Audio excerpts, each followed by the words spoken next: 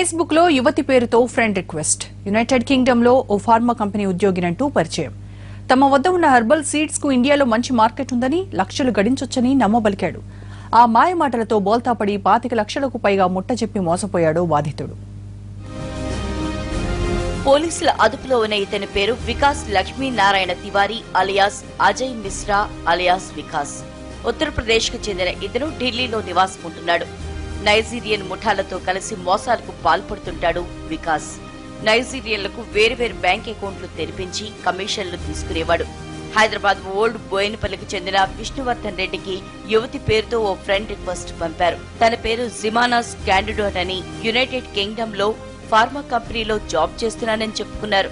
త్వరలో ఇండియాకు వస్తున్నారని, హెర్బల్ సీడ్స్ కి ఇండియాలో మంచి మార్కెట్ ఉందని నమ్మించారు. ఢిల్లీలో తమకు అంజలి తివారీ సీడ్స్ సప్లై ఉందని, ఒక్కో హెర్బల్ సీడ్ బ్యాగ్ $70 చెప్పారు.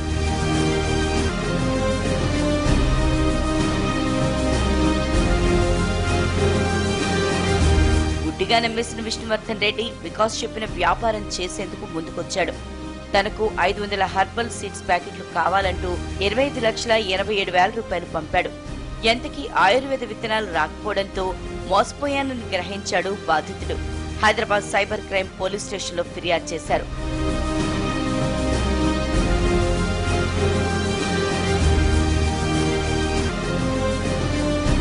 బ్యాంక్ అకౌంట్ల ఆధారంగా పోలీసులు దర్యాప్తు చేపట్టారు.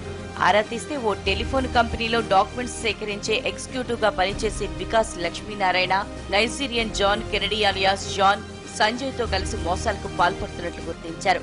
ఢిల్లీ వెళ్లిన సిసిఎస్ పోలీసులు చివరికి నిందితుడు వికాస్ లక్ష్మీనారాయణ తివారీని అరెస్ట్ చేశారు.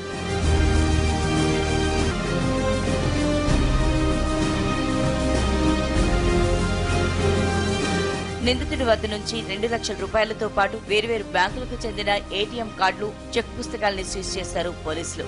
ఈ గ్యాంగ్ కు చెందిన నైజీరియన్ జాన్ కెనడీ, సంజయ్ల కోసం గాలిస్తున్నారు.